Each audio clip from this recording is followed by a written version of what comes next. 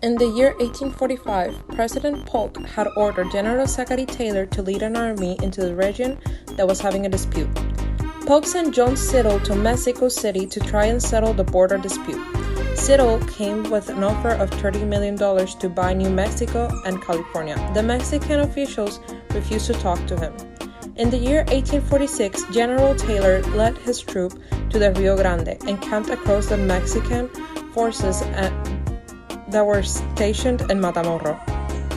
When Taylor refused to withdraw after a Mexican commander told him so, both sides clashed, ending in death of many U.S. soldiers. After the death of many soldiers, Polk sent a message. 2 days later, Congress decided to declare war on Mexico. At the beginning of the war, United States had better equipment and weapons than the Mexicans, but they were outnumbered and were prepared poorly.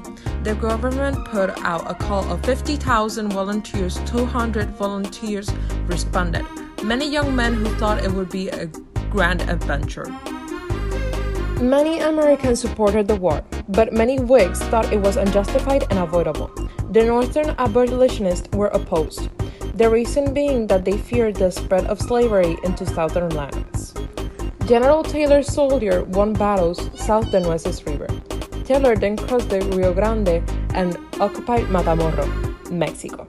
While Taylor waited, General Polk sent General Stephen Kearny to attack New Mexico.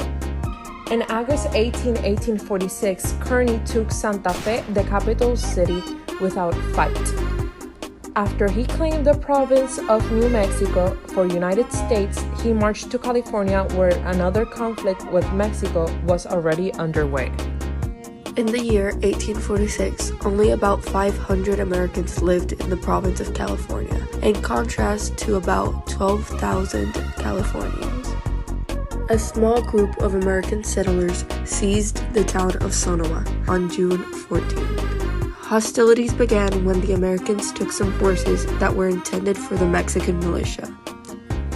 In what became known as the Bear Flag Revolt, the Americans declared California to be an independent nation. The rebels hoisted a hastily made flag of a grizzly bear facing a red star above the town. U.S. Captain John C. Fremont was leading a mapping expedition in Sierra Nevada when he heard about the possible war with Mexico. He quickly went to Sonoma and joined the American settlers in their revolt against the Californios. The war had already broken out between the Americans and the Mexicans, and Fremont was very beneficial to the Americans' aid. Fremont's goal was the independence of California, not to annex them to the United States. During the time of the revolt, numerous important Californios were taken as prisoners, one of them being Mariano Vallejo.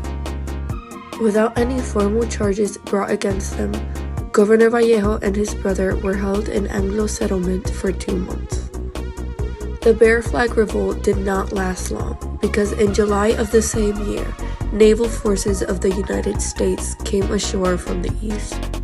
In August, the U.S. Navy Commodore Robert Stockton claimed California for the United States.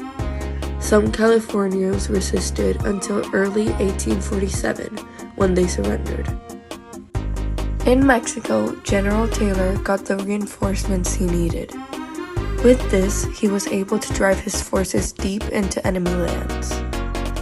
In September 1846, in Mexico, Santa Anna, who had been removed from office and exiled the previous year, returned to power and quickly came after Taylor. The two armies clashed at Buena Vista in February 1847, and after a close battle with heavy casualties, the Mexican army retreated. Taylor's success in the battle made him a war hero back home. General Taylor's popularity troubled President Polk, and when his progress stalled, Polk gave command to General Winfield Scott. Winfield Scott was a beloved leader known because of his strict military discipline. Scott sailed to the port of Veracruz. This was a major port and the site of the strongest fortress in Mexico.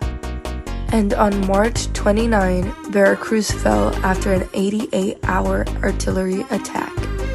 After Veracruz, General Scott moved to his final goal, the capital, Mexico City. Santa Anna tried to stop the U.S. forces at Cerro Gordo in mid-April, but failed, and by August 1847, the U.S. troops were at the edge of Mexico City.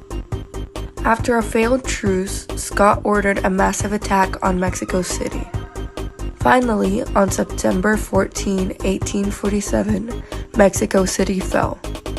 Santa Anna soon fled the country, and Scott capturing the Mexican capital led to the end of the war. In February 1848, the war ended after Scott took Mexico City. The U.S. and Mexico signed the Treaty of Guadalupe Hidalgo, which ended the war, and it also forced Mexico to give back the Northern Territory to the U.S. This land was known as the Mexican Cession. This land included present-day California, Nevada, and Utah. In addition, it included parts of Arizona and New Mexico, and parts of Colorado and Wyoming. But it didn't stop here. The U.S. also won the area claimed by Texas, north of Rio Grande. This is also called the Mexican Cession, gained more than 500,000 square miles and increased the size of the U.S. by almost 25%. In order to gain this territory, the U.S. agreed to pay Mexico $15 million. Then the U.S. assumed claims for more than $3 million held by American citizens because they were against the Mexican government. The treaty that they both agreed on also addressed the status of Mexicans in the Mexican Cession. This treaty also provided that they would be protected in free enjoyment of their liberty and property and secured in free exercise of their religion. The Senate passed this agreement of the treaty in March 1848.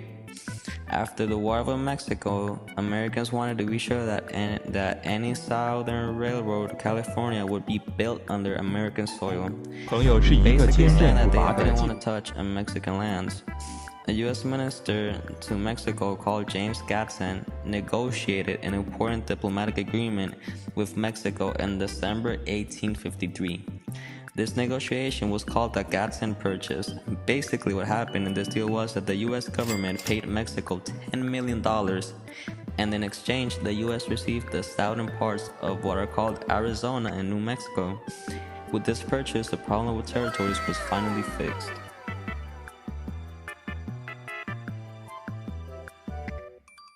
After the Mexican-American War, a flood of Americans moved southwest. Slavery followed along, and the South wanted to bring it to the new territory, but the North didn't. Debates about slavery rose for the coming years. Americans had trouble with the long-term peoples of those Mexican areas due to resources, and because of this, many of them faced discrimination. The Treaty of Guadalupe Hidalgo promised U.S. citizenship to all Mexicans who wanted to stay, but a lot of them still faced discrimination. Even Mexican Americans who helped the U.S. in the war faced problems due to laws. There were many disputes due to land in the courts. This caused things like payment fees and other challenges. In other areas, white settlers fought with Native Americans over property rights. Soon enough, white settlers outnumbered the Native Americans. Settlers and Native Americans fought over these things like land and resources.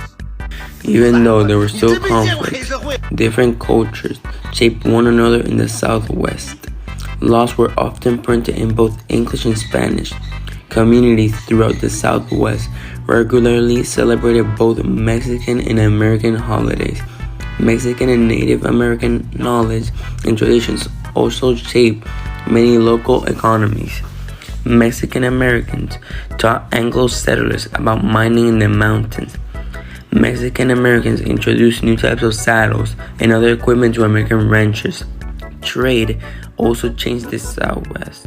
For example, Navajo created hand-woven woolen blankets to sell to Americans. Americans, in turn, brought manufactured goods and money to the Southwest. Trade increased after the Mexican-American War. The economies of many Mexican American and Native American communities in the Southwest began to change.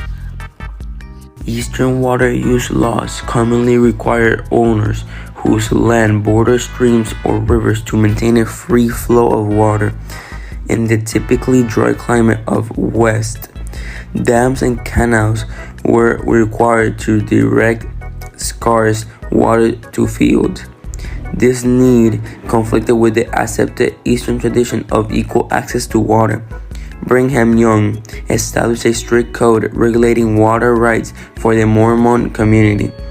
In any dispute over water use, the good of the community would outweigh the interests of individuals. Young's approach stood as an example for modern water laws throughout the West.